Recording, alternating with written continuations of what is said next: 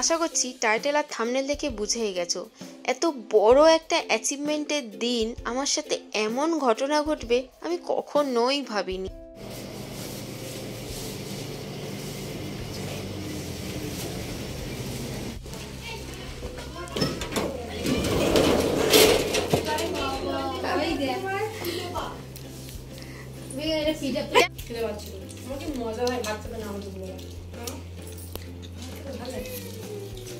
না না ওরকম ধরবো না,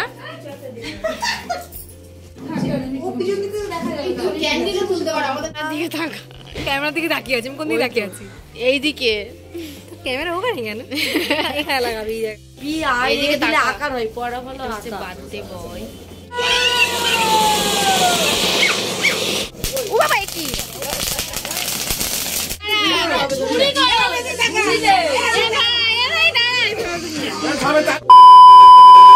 গুড মর্নিং সবাইকে, welcome back to my another blog. আজকে ছিল ভাইয়ের বার্থডে আর আমার ছিল জীবনের সব থেকে বড় একটা অ্যাচিভমেন্টের দিন। দেখতেই পাচ্ছ মা সকাল থেকে রান্না শুরু করে দিয়েছে। আমার 10টার সময় যেতে হতো, অলরেডি 9:30 বেজেই গেছে। জানি না কখন রেডি হয়ে বেরোতে পারবো। ফাইনালি 12:30 বাজে তখন আমি রেডি হয়েছিলাম। ওরা তো বারবার ফোন করছে যে মিঠুদি অনেক লেট হয়ে গেছে, তাড়াতাড়ি এসো, তোমার জন্য ওয়েট করছি। আমি তো রীতিমতো ওদের বলেছিলাম যে দাঁড়া একটু লেট হবে, আজকে ভাইয়ের বার্থডে। এই তো বেরিয়ে পড়েছি। এই তোমরা দেখতেই পাচ্ছ বেরিয়ে পড়ার নমুনা।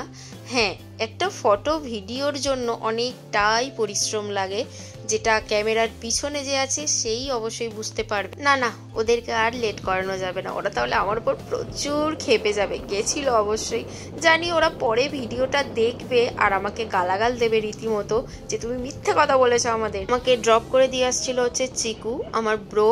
যাই হোক, তারপর তো মাথা খারাপ যে কোনো একটা সোনার দোকান খোলা ছিল না এক্সেপ্ট সেনকো। দেন সেনকো থেকে গিফট নিয়ে, কি গিফট নিয়েছি অবশ্যই দেখতে পারবে। তারপর হচ্ছে চলে এসেছিলাম কেক শপে, টেস্ট অ্যান্ড বাইটে। কেক নিয়ে লিখে নিচ্ছি 17 ব্যাচ। দেন হলুদ আলোতে আমাকে একটু দেখে নাও কেমন লাগছে, নাইস না?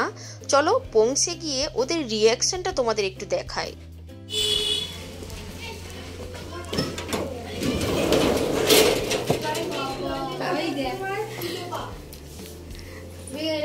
কেন এত তাড়াতাড়ি শুরু করলি?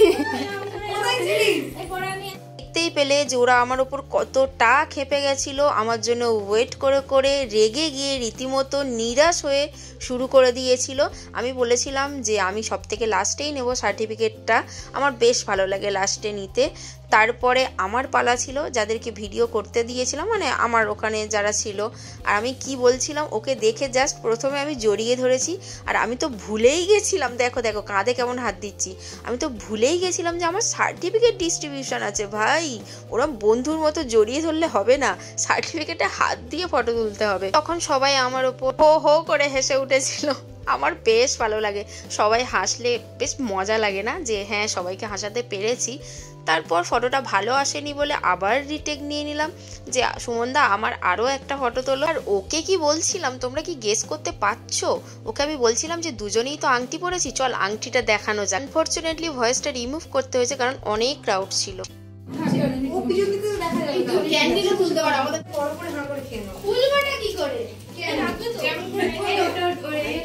এই সবাই একটু তাকা না পায়েল, এবার তাকা একটু।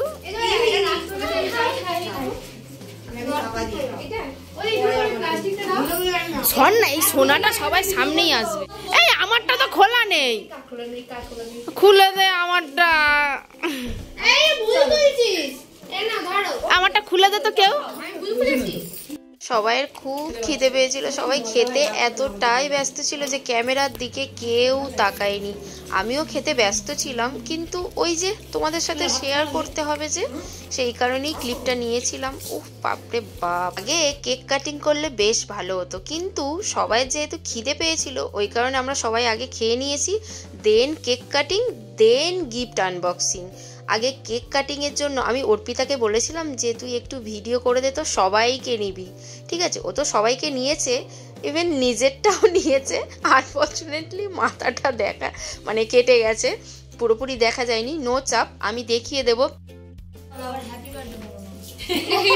তুমি আমার এনগেজমেন্টে কি হ্যাপি বার্থডে বলতে চিমড়েছি কেক কেটেছে সবাই। সুনিতা শাহ আমার নে পায়েল, দেরি হচ্ছে, ভিডিও শুরু হয়ে গেছে। সবাই ধরো, সবাই এক এক করে হাত দাও, চলো এই নে তুই কাট। Successfully bridal batch complete. Cake cutting এর পর আমরা যে গিফটটা দিয়েছিলাম সেটাই ও ওপেন করেছে, সেই ক্লিপটা আর নেওয়া হয়নি, বাট গিফটটা তো দেখাচ্ছি, সেটাই অনেক। সবাইয়ের ফটো দিয়ে একটা ফ্রেম বাঁধিয়ে দিয়েছিলাম আর ওর একটা বেশ সেক্সি মতো ফটো দিয়েছিলাম। যাই হোক, আর এই যে ব্লু বক্সের গিফটটা খুলছে ওটা হচ্ছে আমাদের যে সিনিয়র দিদি ছিলেন উনিই দিয়েছিলেন। ভিতরে ছিল মেবি ব্যাগ, আমার ঠিক মনে পড়ছে না। আর এই যে হাতে দেখতে পাচ্ছ ওটা আমরা দিয়েছিলাম। Thank you. এই জিনিসটা আমি আমার ওটা কিন্তু পায়ের না, হাতের। পায়ে তো ঢুকবে না। কেন পায়ে তুমি আর না বলছি তো, হাতে পর। হাতেরটাও ভালো লাগছে, খারাপ না, হাতেরটাও সুন্দর লাগছে। আমার পায়েরটা ছিঁড়ে গেছে, খুব সুন্দর, কিন্তু এটা পায়ে তো ভালো, কিন্তু পায়ে ঢুকবে না। Purple clip, purple nail polish, purple কানের। বাহ, এটা খুব সুন্দর। এই নেল পালিশটাও পরে বুঝতে পারবো আমি আজকে। এই দেখো চুড়িটা হাতে হবে, কি করে জানলে মা? আন্দাজে দিয়েছি। হ্যাঁ, এটা আমার সেম মাপ হবে। 22 মনে হচ্ছে না, 26 হ্যাঁ, 26ই আমার। জানা তোর 22 লাগে না? না, আমার 26 লাগে। হাতে আমার তো 22। দিদির হাত ঠিক আছে, দিয়েছি, পড়বে হয়েছে অবশ্যই। সব করে যাবে, এটা পরে আছি।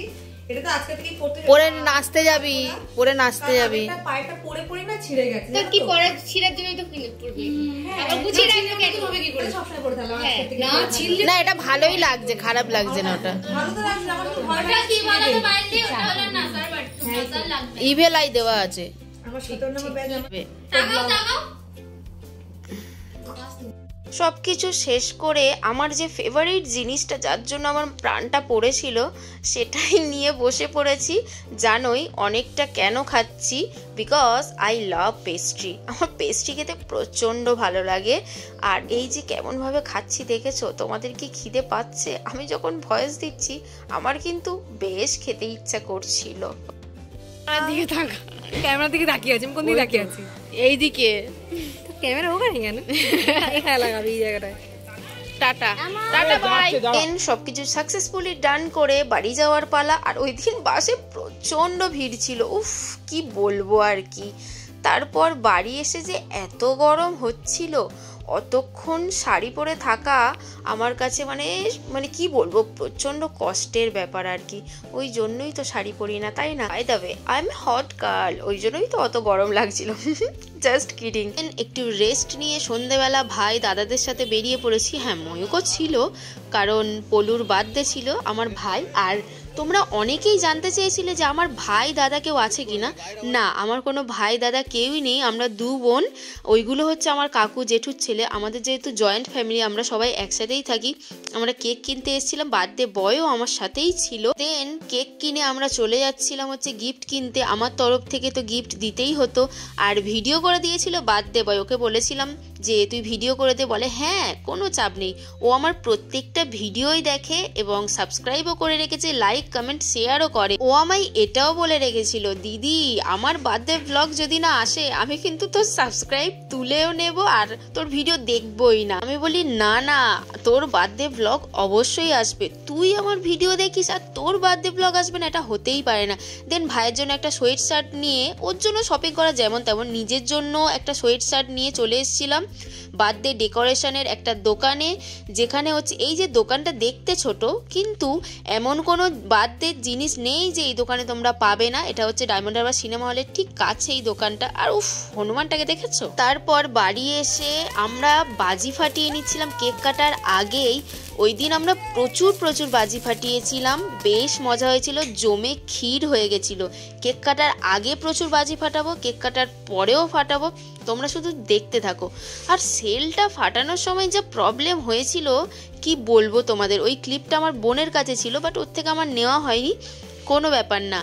একটা সেল তো ভালোই উঠেছিল, আর একটা সেল পুরো মাটিতেই ফেটে গেল। আমাদের তো কারোর কিছু হয়নি, ভাগ্য ভালো যে কারোর কোনো অ্যাক্সিডেন্ট হয়নি, হলে কি হতো বলো তো, পুরো মাটিতেই সবার সামনে ফেটে গেল। কি ভয় যে পেয়েছিলাম কি বলবো, সবাই তো ভয়ে থতমত খেয়ে গেছিলাম। তারপর বাজিগুলো দাদাই ফাটাচ্ছিল, আমরা দাঁড়িয়ে দাঁড়িয়ে দেখছিলাম। হ্যাঁ, আমরাও ফাটিয়েছি। ওই যে আমার খুব একটা বাজি ফাটাতে ভালো লাগে না, তারাকাঠি তারপর রং মশাল এগুলোই ঠিক আছে, ইটস ওকে, বাট বোম এগুলো আমার একেবারেই চলে না, কারণ ছোটোবেলায় হাত পুড়ে গেছিলো, তারপর থেকেই আর একেবারেই পছন্দ করি না ফাটানোটা। আমার দেখতে ভালো লাগে, কেউ ফাটাচ্ছে দেখবো বেশ ভালো লাগে, কিন্তু বাট নিজে ফাটাতে ভালো লাগে না। বাজি ফাটিয়ে দেন যেখানে বার্থডে ডেকোরেশন হয়েছিল সেখানেই আমরা চলে এসেছিলাম, কারণ অনেক বাচ্চা ছিল, রাত হয়ে গেলে ওরা থাকবে না, চলে যাবে বাড়ি, ওদের জন্যই আমরা তাড়াতাড়ি কেকটা কাটিং করেছিলাম। আর পাশে যেগুলো সাদা ব্লু নীল দেখতে পাচ্ছ ওগুলো হচ্ছে ও হাতে তৈরি করেছে। আমরা বললাম যে না ওগুলো দিস না, না আমি ওইগুলো আমার জন্মদিনের জন্য তৈরি করেছি, ওগুলো দে প্লিজ প্লিজ। ওই কারণেই আমরা দিয়েছিলাম, খারাপ লাগছিল না, বেশ ভালো লাগছিল। আর কেকটা অনেকটাই বড় ছিল, 1 পাউন্ডের মনে হচ্ছে বেশি ছিল না, 1 পাউন্ড ছিল। যাই হোক, আমরা টেস্ট অ্যান্ড বাইট থেকে নিয়েছিলাম। ও আগে তো দেখেই নিয়েছো তোমরা ভিডিওতে। আর ওই যে ক্যান্ডেলটা জ্বলছে দেখতে পাচ্ছ না বড় মতো, ওটা হচ্ছে হোমমেড ক্যান্ডেল, ও নিজেই তৈরি করেছিল। ওটা ওর বার্থডের জন্য না, ওর আগেই করা ছিল, ওটাই আমরা দিয়ে দিয়েছিলাম। এবার ফটো তোলা হচ্ছিল, ফিলিং সেলিব্রিটি।